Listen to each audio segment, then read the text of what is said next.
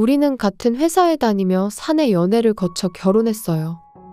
공통의 취미는 등산이었는데 이는 제가 남편의 영향으로 시작한 취미예요. 남편이 산을 좋아하는 것은 그의 부모님의 영향이 컸어요.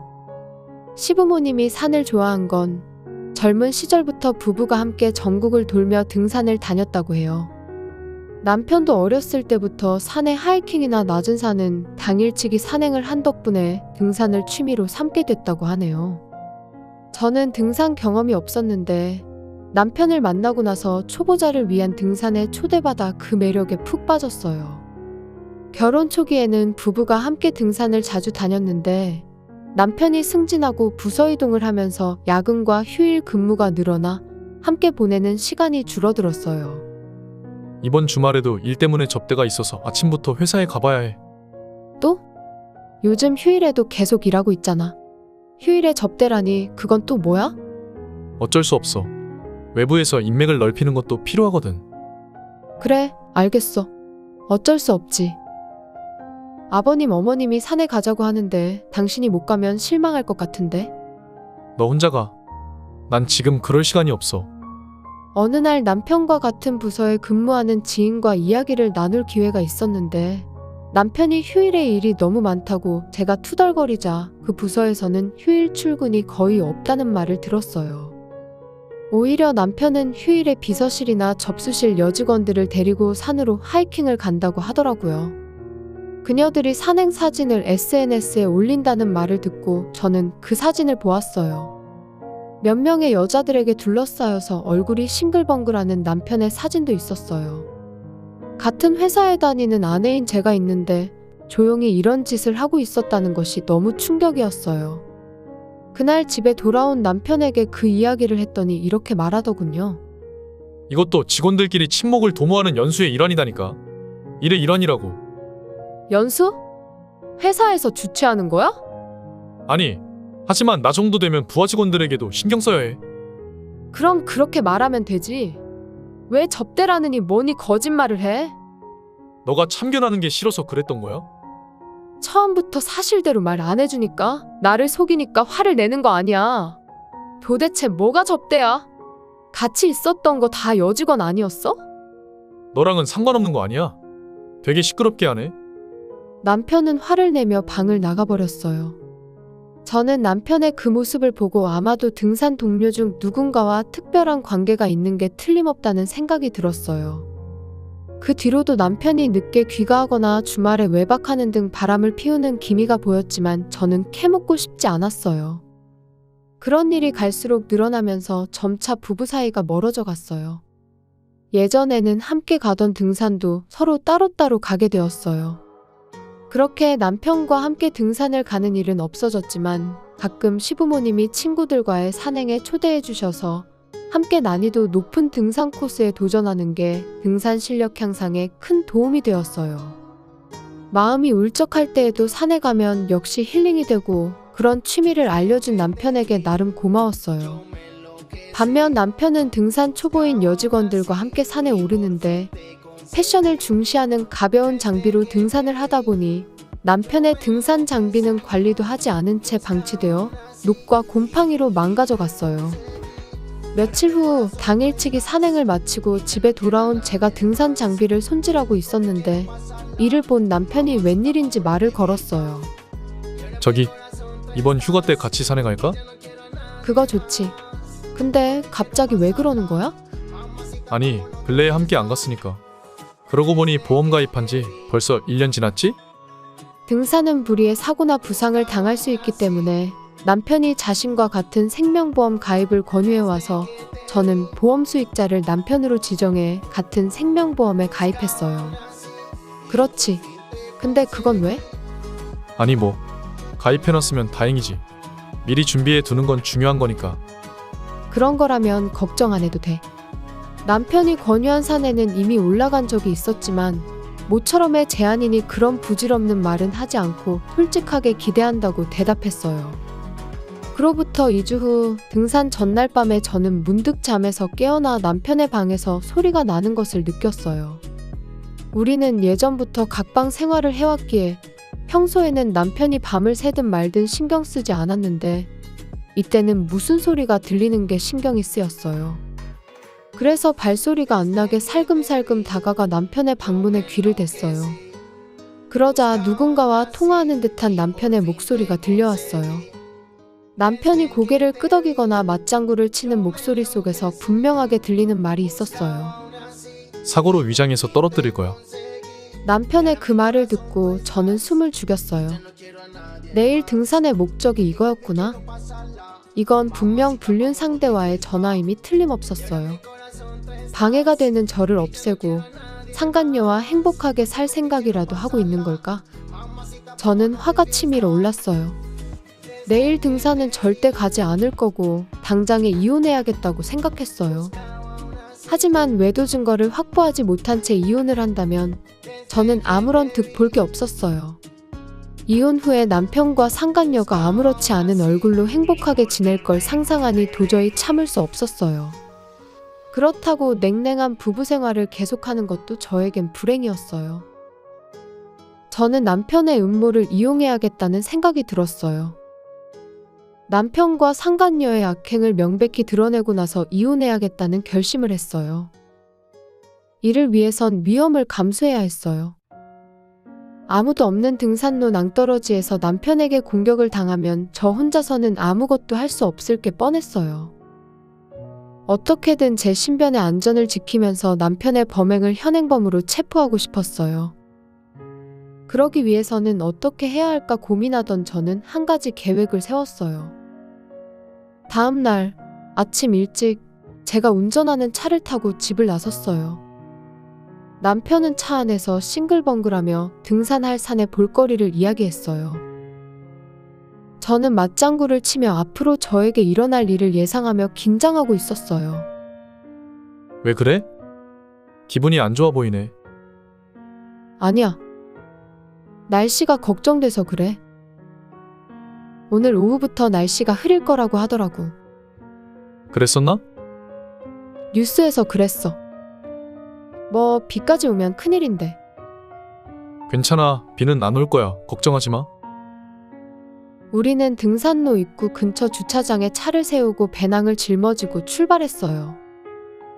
이 산의 등산 코스는 정상까지 경사가 있는 중급자 코스와 전망 좋은 중턱의 전망대까지 가는 등산 코스가 있어요.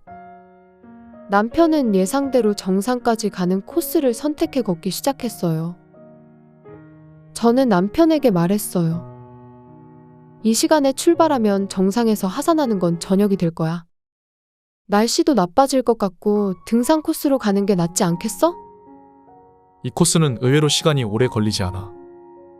밤 되기 전에 하산할 수 있을 거야. 이 말을 듣고 남편은 정상까지 갈 생각이 없다는 것을 확신했어요.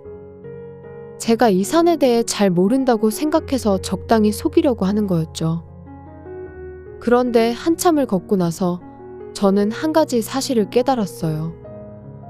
남편이 숨을 헐떡이고 있는 거예요. 경사가 심한 등산을 한 지 꽤 오래되었고 평소에 운동 부족도 한몫한 것 같았어요. 게다가 신발은 평범한 운동화였고 지팡이도 가지고 있지 않았거든요.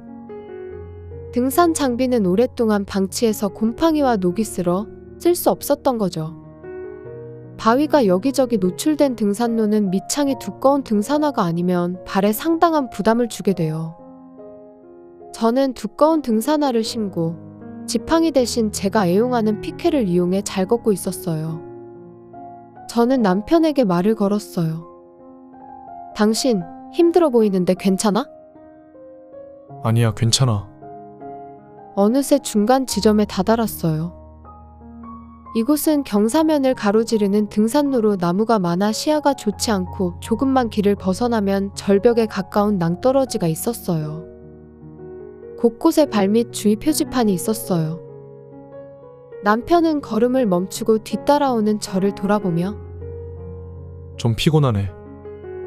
너가 앞에서 좀 걸어봐. 아니지, 피곤한 사람 속도를 내가 맞춰서 뒤따라가야지.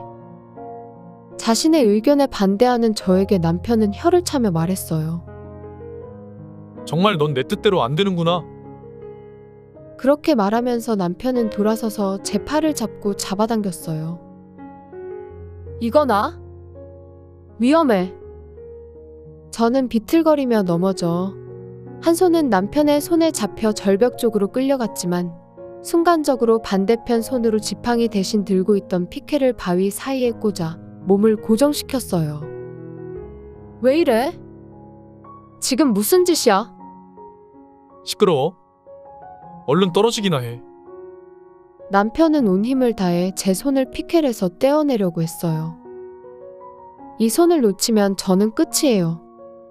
눈앞에는 절벽 밑 땅도 보였어요. 저 절벽 아래로 내던져진 제 모습을 상상하니 공포에 휩싸였어요. 그때 근처에서 목소리가 들려왔어요. 뭐 하는 거야? 그만해. 그 목소리에 남편이 놀랬는지 잠시 힘이 빠지는 순간에 저는 남편의 손을 뿌리쳤어요. 남편은 다리에 피로가 몰려왔는지 쉽게 몸의 균형을 잃고 등산로에서 발을 헛디뎌 비탈길로 굴러떨어졌어요. 저는 당황해서 남편이 굴러떨어진 쪽을 내려다보니 간신히 경사면에 나무에 걸려있는 남편의 모습이 보였어요. 제가 남편을 보는 순간 남편은 저를 올려다보며 놀란 표정으로 말했어요.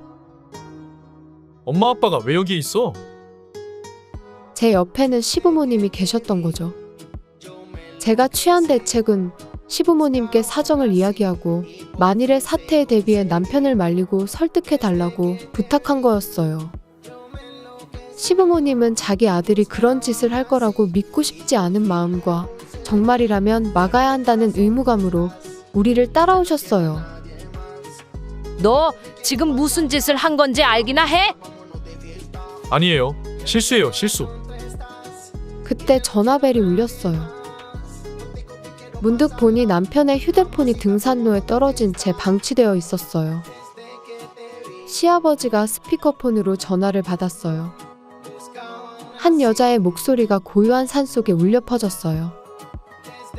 자기, 그 여자 잘 떨어뜨렸어? 잠깐만. 조용히 해. 응? 뭔가 소리가 멀리서 들리는 것 같네. 산속이라서 신호가 잘 안 잡히는 건가? 자기 사랑해. 그 여자 꼭 떨어뜨려야 해. 남편은 허탈하게 주저앉아 더 이상 변명도 포기한 듯 했어요. 시아버지는 그런 아들의 모습을 화난 표정으로 내려다보며 남편의 휴대폰을 끊었어요. 119에 구조 요청했다. 경찰에도 신고할 테니 넌 자수하도록 해라. 알겠어? 남편은 나무를 붙잡고 웅크린 채로 힘없이 고개를 끄덕이는 것 같았어요. 시어머니는 울음을 터뜨렸어요. 저는 제가 살았다는 안도감에 정신이 번쩍 들었어요. 이후 남편은 경찰과 소방의 도움으로 무사히 끌어올려졌고 큰 부상은 없는 것 같았어요. 저와 시어머니는 먼저 하산의 등산로 입구 주차장에서 기다리고 있었어요. 어두워진 주차장에는 여러 대의 경찰차와 소방차, 구급차가 주차되어 있었어요. 해질녘에 내린 비가 아스팔트 위에 여러 개의 물웅덩이를 만들며 사이렌 불빛을 반사하고 있었어요. 잠시 후 시아버지에게 끌려가는 남편이 나타났어요. 남편의 눈은 초점이 없어 보였어요. 수락 상황은 이미 경찰에 알려졌기 때문에 남편이 저를 끌어내리려고 한 것에 대한 조사가 이루어졌어요. 남편은 이렇게 말했어요. 내가 사귀는 여자에게 결혼을 강요받고 있었는데 너가 사고를 당하면 보험금도 받을 수 있고 그녀와도 결혼할 수 있을 거라고 생각했어. 그 말을 들은 저는 아무 말도 할 수 없었고 시어머니는 얼굴을 가리고 울먹이며 말했어요. 그게 얼마나 무서운 일인지 알기나 해? 만약 며느리가 정말로 떨어졌다면 넌 평생 감옥에서 살아야 했을 수도 있어. 나는 힘들어서 다리가 후들거렸는데 여자 주제에 버티다니. 그렇게 말하는 남편을 시아버지가 때렸어요. 화가 난 시아버지는 경찰의 제지를 받았고 남편은 그대로 경찰차에 태워져 끌려갔어요. 이후 남편은 미수로 징역 2년 6개월의 실형을 선고받았고 그가 수감되면서 저는 이혼을 할 수 있었어요. 전 남편은 후회하고 있다는 내용의 사과 편지를 보내왔어요. 전 남편은 자신의 적금과 정기예금을 해지하고 모든 재산을 저에게 위자료로 지급하도록 변호사를 통해 전했고 1억 원 정도를 받게 되었어요. 변호사에 따르면 자신의 욕망에 빠져 오만했었다면서 지금은 반성하고 있다네요. 하지만 이미 저지른 죄를 되돌릴 수는 없는 거죠. 전 남편의 외도 상대는 남편의 자백으로 금방 밝혀졌어요. 같은 회사에 입사 3년차 젊은 여직원이었어요. 휴일 출근이라고 거짓말을 하고 하이킹을 갔다 와서 그녀와 바람을 피웠다고 하네요. 저는 상간녀에게도 위자료를 청구했는데 상간녀는 전 남편의 범행에 일부 가담해서 곧 체포영장이 발부될 것으로 예상돼 일찌감치 변호사를 통해 3천만 원을 주기로 했어요. 이렇게 이혼 후 돈 계산이 끝난 저는 회사에 퇴직 신청을 했어요. 전 남편과 바람을 피운 상대에게 보복할 수는 있었지만 그 두 사람이 있었던 회사에 계속 다니는 건 심적으로 힘들었고 새로운 마음으로 다시 시작하고 싶었거든요. 얼마 안 가 다행히 친한 지인들의 추천으로 등산 가이드 일을 하게 되었어요. 이제부터는 취미뿐만 아니라 일로도 등산을 할 수 있다는 사실에 만족스러워요.